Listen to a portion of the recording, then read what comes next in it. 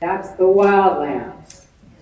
High-speed rail is a vital element of this. We don't have any high-speed rail in the United States. It's expensive. And we're a big country. They'll tell you about Japan. Japan would like fit in your backyard, for crying out loud. High-speed rail, well, who's pushing it? Of course, Siemens, big corporations that make those trains, that make those rails, that are getting, lobbyists. Okay? It's designed to fail. High-speed rail is designed to fail. That's a nice bumper sticker. High-speed rail designed to fail. Yes, it is. That's right. Now, I'll tell you, light rail isn't too hot either. Because light rail, you remember the light rail debacle in Norfolk? Oh, yeah. $100 million over budget. And a year over schedule. 47% cost overrun.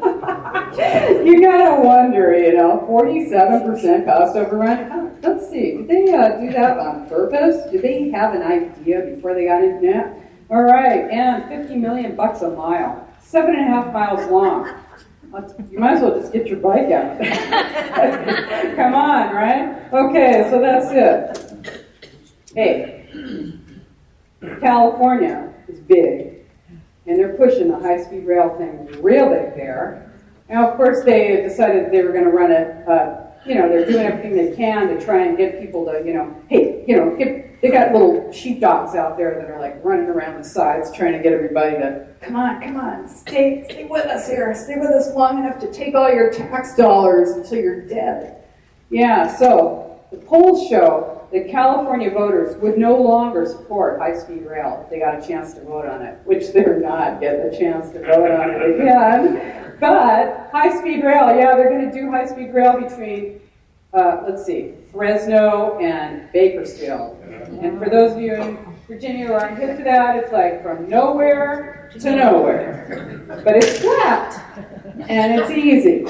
So it'll be a nice, easy hit for them. So regions. Livable communities, sustainable community partnerships, one planet communities. These are unelected boards and commissions. You're right in there. You're right in there, just like everybody else is. Now, the United Nations said in 1976, this is going back, the UN said in 1976 that land should not be owned by private individuals. Why? Because it creates wealth. Yeah, it's social inequity, man. We're not about everybody getting rich. We're about everybody getting poor. That's happening, isn't it? You getting poor? You feeling it?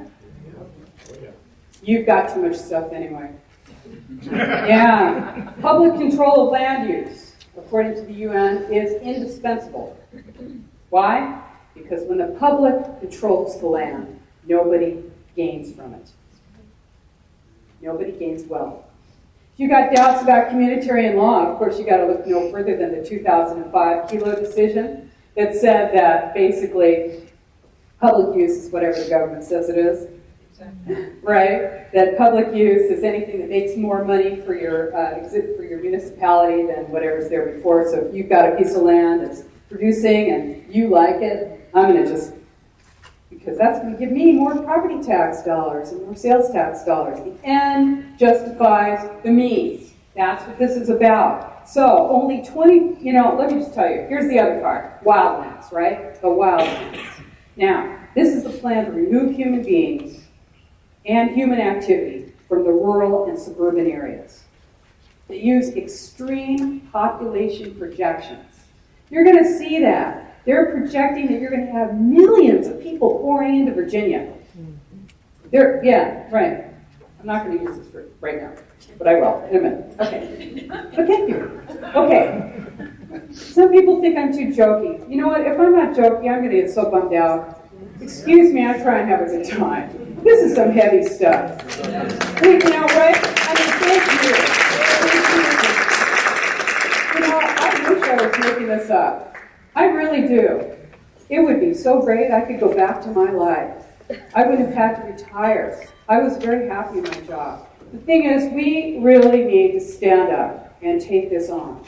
This is not something that's going to go away. This is not something that somebody else is going to do. This is something that we are doing. We care about our freedom. That's right. I don't care if you don't own property, and check it out. The less people who do own property, the less people who care if anyone else owns property. The more apartment buildings that you've got, the less people. I own apartment buildings.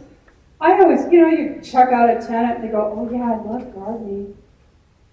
Yeah, 2 months later, everything's dead. Because they don't care enough. I'm not saying all tenants are like this. I have great tenants. I do really love my, people that I connect with. But what I'm saying is that you don't have that same commitment and connection to property when you don't own it. When you're not making those investments in it, when you're not risking everything you've got on it. When you're not standing up and saying, I am willing to take a chance on myself and make something happen. And isn't that what it is to be free? And isn't that what we think of ourselves as Americans? We think about that opportunity that we have here. And we have opportunity. We've had opportunity. So with the Wildlands Project, we've got these extreme population projections, and we are told that, we've got all these people that are coming by 2025. We're going to be inundated by people coming from the planet Jupiter or somewhere else, a lot closer. So, but the truth is, those people probably will not show up because I don't know about you.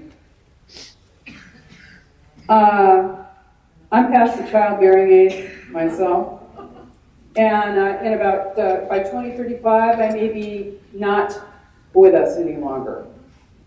And my generation, which is the baby boom generation, is on its way out. Okay? Now, where are all these people going to come from? Now, when you ask, maybe, yes, that's right. That's right, but you're still not going to, yes, and I am in favor of a closed border. Thank you. But that's an easy apply. Oh, it's like what? You agree, you want to have a locked front door, don't you? There's nothing wrong with that. We should do immigration reform because you shouldn't have to wait 12 years to find out if you can come in or not. But, okay, population projections. You've got this situation where you're projecting in every single city and county in the entire United States. People are being told that population is going to hugely boom in the next few years. Every place is hearing this. Okay? Now, you feel this panic. Oh my God, what are we going to do with all these people? We've got nowhere to live. We have to build smart growth, high-density development in the center of the city. That's what we're going to build so that we can accommodate them, all these people. And if you want transportation tax dollars, if you want any of those federal dollars and those state dollars, you have to agree to build smart growth and agree to build it in priority development areas. And this is over a 25-year period, for crying out loud. 25 years? You think that's going to have an impact on your future, on the future of land use in your town? If they have to accommodate most of the supposed population increase in a specific location in your town and nowhere else? You got a piece of land outside of that area? Oh no, you got to wait until they build that area before you can build yours. Oh, you've been waiting 10 years? Well, that's just too bad, isn't it? Oh, you lost it? You lost your land to the bank? That's okay. Because you know what? I was just in Memphis. Livable Memphis. That plan says that those properties that have been acquired by the government, that for non-payment of taxes, let's say, you lose your property for non-payment of taxes. Well, Livable Memphis, which is their plan there, that's what they call it. They say they want to give your land that's now been taken by your county for non-payment of taxes, they want to give it to nonprofits, 501c3 nonprofits, to develop with smart growth. So you have a transfer of property. Low-income housing does not pay property tax. Developments that are low-income housing do not pay property tax, you guys. That's part of redevelopment. So not only do you have a drain on that area where their property taxes are getting scraped off the top for the next 25 to 35, 40 years, but you have these developments that use services and do not pay. Agriculture. Okay, so look. Wildlands. You need linkages. You need corridors. Corridors for the animals so that they can get together. So that Bambi and Bambo can get together. Okay? So, you need these corridors. Well, these corridors are not owned already by government. Only about 20% of the state of Virginia is owned. Only 20% of the state of Virginia is owned by the government. Some states in the West, it's like 60, 80%, right? So, what's unsustainable? Dams. You might use that water. Reservoirs, straightening rivers, brush cutting, forest management. Really, they're releasing wild carnivores, releasing carnivores into the wild again. Because, you know, it makes your hiking experience so much better.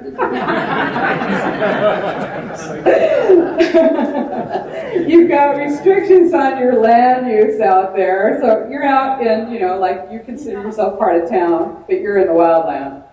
So you got wetlands, you got buffer zones, you got view sheds, you got ridge lines, you got your biotic resource, you got your scenic easements, you got your stream side thresholds, you got your regulatory takings. The American Planning Association, and I'll tell you what, they know they're in a war. One side knows for sure that there's a war going on, and the other side is slowly getting aware, aren't we? The American Planning Association knows that there's a war happening. Now, what they did in this book is a travesty. What they did here was they said, this is the Growing Smart book. What they said is that if a government wants to take the use of a property away from you, a use from you, and not pay, you remember the Fifth Amendment of the Constitution, just compensation for takings, right? Right. Yep. But in this book, they are advised that any party, any people who want to fight the idea of a regulatory taking where they are not paid for taking the use of their property. You are not paid for buffer zones, for view sheds, for biotic resource easements, for setbacks. And we're not talking about the little 5-foot setback. We're talking about when you lost half the use of your property. Ridge lines. Where I appraised a ranch recently, a 1,000-acre ranch. The guy said to me on one of the comps I looked at, another property that is sold, I interviewed the guy. I said, how was it owning this property? He said, man, it was hell. I couldn't wait to get rid of the damn thing because 10 years it took me to be able to put one house on this property, and I had to donate of my 1,000 acres, 400 acres of ridgeline to the open space district. Yeah, welcome to your country. So, the American Planning Association is advising planners